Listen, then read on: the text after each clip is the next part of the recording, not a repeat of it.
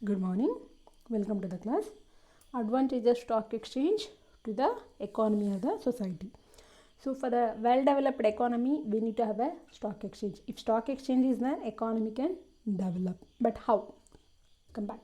Saving mobilization. So the stock exchange will provide a liquidity to the investor. If they want, they can buy. If they don't want, they can sell it in the market also. So this will help the mobilisation of savings. ಏನು savings ಜಾಸ್ತಿ ಮಾಡಲಿಕ್ಕೆ ಅಥವಾ savings ಏನು ಮಾಡಿರ್ತಾರೆ ಅದೆಲ್ಲೋ ಒಂದು ಕಡೆ ಇರೋ ಬದಲು ಅದನ್ನು ಚಾನಲೈಸ್ ಮಾಡಿ ಅದನ್ನು ಸ್ಟಾಕ್ ಮಾರ್ಕೆಟಲ್ಲಿ ಇನ್ವೆಸ್ಟ್ ಮಾಡೋ ಹಾಗೆ ಈ ಸ್ಟಾಕ್ ಎಕ್ಸ್ಚೇಂಜ್ ಹೆಲ್ಪ್ ಮಾಡುತ್ತೆ. Okay, for the economy. Next, public finance is nothing but there is I said separate market for a government security. ಈ ಗೌರ್ಮೆಂಟ್ ಸೆಕ್ಯೂರಿಟೀಸ್ ಯಾವ್ಯಾವುದೆಲ್ಲ ಲೀಸ್ಟ್ ಆಗುತ್ತೆ ಅದಕ್ಕೆ ಸಪ್ರೇಟಾಗಿ ನ್ಯಾಷನಲ್ ಸ್ಟಾಕ್ ಎಕ್ಸ್ಚೇಂಜ್ ಇದೆ, ಒಂದು ಸಪ್ರೇಟ್ ಮಾರ್ಕೆಟ್ ಇದೆ, government security market ಅಂತಲೇ ಇದೆ. ಸೊ ಅಲ್ಲಿ ಪಬ್ಲಿಕ್ ಸೆಕ್ಟರ್ ಯೂನಿಟ್ಸ್ ಏನೇನೆಲ್ಲ ರೈಸ್ ಮಾಡ್ತಾರೆ ಅದಕ್ಕೆ ಪರ್ಟಿಕ್ಯುಲರ್ ಮಾರ್ಕೆಟ್ ಇದೆ. So stock exchange will provide a market for particularly for a government securities. Okay, this is one thing. Next, mega projects. So many projects will be there which will be requiring huge investment. I have seen if you take it up monthly developers, okay, for example only they go for the construction of the apartment. The construction of apartment only will take for a 3-4 years. ಒಂದು ಅಪಾರ್ಟ್ಮೆಂಟ್ನ constructions ಮಾಡೋದಕ್ಕೆ 3-4 years ಬೇಕಾಗುತ್ತೆ. ಈ ಥರ ಎಲ್ಲ huge ಪ್ರಾಜೆಕ್ಟ್ಸಿಗೆ from private sectors if you take it up. So this fund is required a huge amount. Okay, ಆ huge ಅಮೌಂಟ್ನ collect ಮಾಡಲಿಕ್ಕೆ ಸ್ಟಾಕ್ ಎಕ್ಸ್ಚೇಂಜ್ ಬೇಕು. The company which is going for a huge investment, ship constructions ಆಗಲಿ, automobile industry ಆಗಲಿ, ಅಥವಾ ಈ construction industries ಆಗಲಿ, they need a huge money. So whenever they need a huge money, they go for issue of inequity share in the primary market. Okay, they can issue in the primary market only because secondary market is there. Okay, so that is possible only because stock exchange is there. Okay, next, foreign institutional investor. Foreign institutional investor in the 80s it has not been developed, I said in the last class also. So for stock exchange has been developed, it has been regularized, SEBI has been started functioning in the market. But in meanwhile, just existing it is not going to matter. It should provide a liquidity also. Whenever they want, they can buy. Whenever they don't want, they can sell it in the market also. Okay, so that is possible only because of the stock exchange has been developed. Stock exchange is there. That's what foreign institutional investors will be coming and investing. Otherwise, they will not come and invest also. Okay, so that's one thing.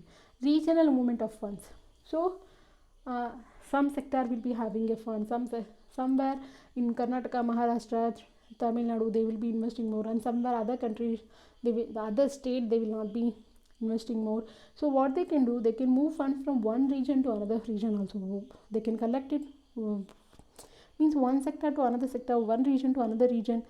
Everything that can be possible only because of the stock exchange is there. The investors are ready to invest, whether they are going to start, wherever they are going to start any business, but they are going to get the money in the stock exchange. Okay, so stock exchange will help to movement of funds from one region to another region, one sector to another sector, urban to rural areas. Everything is possible because of the stock exchange. Next, generation of millionaires. See, if any one stock exchange has been, if you hold it for a 1 year, or sometime it will be, if you hold it for a 4 to 5 year also, you will become a millionaire. Because if the day by day prices are increasing, and whatever the number of equity share, if you sold it out, you will become, means stock exchange will create a rich people, investor to become a rich. Next, nurturing venture capital finance. ನರ್ಚೂರಿಂಗ್ ಅಂತಂದರೆ ಈ nursery ಮಾಡ್ತಾರಲ್ಲ, ಗಿಡ ಬೆಳೆಸೋದು, ಆ ಥರ. ಏನಿದು ಬೆಳೆಸೋದು venture ಅಂತ? ವೆಂಚೂರ್ ಕ್ಯಾಪಿಟಲ್ ಅಂದರೆ ಇದನ್ನು ರಿಸ್ಕಿ ಕ್ಯಾಪಿಟಲ್ ಅಂತ ಹೇಳ್ತಾರೆ. ಹೊಸ ಬಿಸ್ನೆಸ್ನ ಸ್ಟಾರ್ಟ್ ಮಾಡಬೇಕಾದ್ರೆ ಬೇಕಾಗುವಂಥ ಫಂಡ್. ಯಾವುದೋ ಒಂದು ಪ್ರಾಜೆಕ್ಟ್ ಚೆನ್ನಾಗಿದೆ, ಓಕೆ, ಆ ಪ್ರಾಜೆಕ್ಟ್ ಇನ್ವೆಸ್ಟ್ಮೆಂಟ್ ಮಾಡೋಕ್ಕೆ ರಿಟರ್ನ್ ಚೆನ್ನಾಗಿ ಬರುತ್ತೆ, but they don't have money.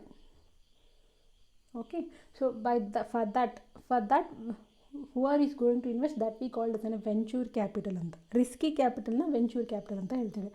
Business start ಆಗಬೇಕಾದ್ರೆ ಬೇಕಾಗಿರುವಂಥ ಅಮೌಂಟ್ನ ಇನ್ವೆಸ್ಟ್ಮೆಂಟ್ ಮಾಡುವಂಥದ್ದು. So what ever the new entrepreneurs will be coming, they can finance through a venture capital. How they can finance? They can go for initial public offer only because this primary market is there. primary market will be working, because of the secondary market will be there. Okay, so this will help to stock exchange will also help to form this risky capital, that is venture capital finance is also possible only because of the stock exchange. Wealth builder for the public.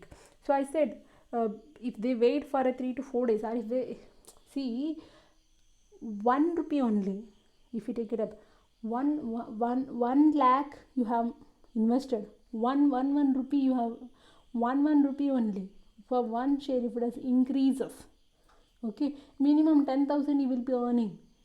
Sometime it is not 1 rupee, it may be more than that, 10 rupees, 15 rupees also, into 1 lakh. If you do it 10 lakh, 15 lakh, means in a fraction of second or a fraction of days, the prices will be so much, it will be increasing or decreasing, fluctuating. They can increase their wealth also. Lose ಇಲ್ಲಿ ಬರೀ wealth create ಆಗುತ್ತೆ ಅಂತ ನಾನು ಹೇಳೋದಿಲ್ಲ, even they lose the wealth also. ಯಾರೋ investment ಮಾಡ್ತಾರೆ, ಇನ್ಯಾರೋ profit ತೊಗೊತಾರೆ.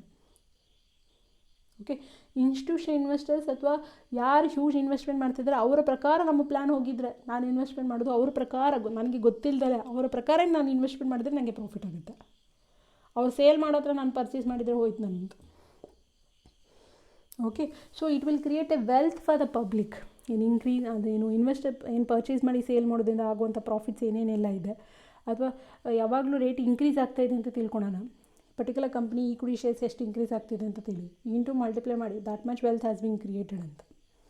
Okay, next compliance of indexes ಅಂತ. ಏನು ಈ ಸ್ಟಾಕ್ ಮಾರ್ಕೆಟ್ ಇಂಡೆಕ್ಸ್ನ ನಾವು ಹೇಳುವಂಥದ್ದು. ಸ್ಟಾಕ್ ಎಕ್ಸ್ಚೇಂಜಲ್ಲಿ ತುಂಬ ಇಂಡೆಕ್ಸಸ್ ಇದೆ. ಈ ಬಾಂಬೆ ಸ್ಟಾಕ್ ಎಕ್ಸ್ಚೇಂಜ್ ಎಕ್ಸ್ಪ್ಲೇನ್ ಮಾಡಬೇಕಾದ್ರೆ ನಾನು ಹೇಳ್ತೇನೆ ಯಾವ್ಯಾವೆಲ್ಲ ಇಂಡೆಕ್ಸಸ್ ಇದೆ ಅಂತ. ಓಕೆ, ಈ ಇಂಡೆಕ್ಸ್ ಏನಂತಂದರೆ it will be reflecting the economy. ಈಗ ಸೆನ್ಸೆಕ್ಸ್ ಇನ್ಕ್ರೀಸ್ ಆಗ್ತಿದೆ ಅಂದರೆ ಎಕಾನಮಿ ಈಸ್ ಡೂಯಿಂಗ್ ವೆಲ್ ಅಂತ. If Sensex is decreasing, economy is not doing well ಅಂತ. ಓವರಾಲ್ ಆ ಕಂಟ್ರಿ ಅಥವಾ particular country economy depend on the stock market index. Stock market index ಮೇಲೆ ಇದೆ, increase ಆಗ್ತಾ ಇದೆಯಾ, ಫ್ಲಕ್ಚುಯೇಟ್ ಆಗ್ತಾ ಇದೆಯಾ ಅಂತ ಹೇಳಿ ನೋಡುವಂಥದ್ದು, ಅಥವಾ ಹೇಗಿದೆ ಅದು ಎಫೆಕ್ಟ್ ಹೇಗಿದೆ ಅಂತ. ಓಕೆ, ಸೊ ಫಾರ್ ಎಕ್ಸಾಂಪಲ್ ಇನ್ನು 2009 ಸ್ಲೋ ಡೌನ್ ಆಯಿತು, ಎಕಾನಮಿ ಸ್ಲೋ ಡೌನ್ ಆಯಿತು.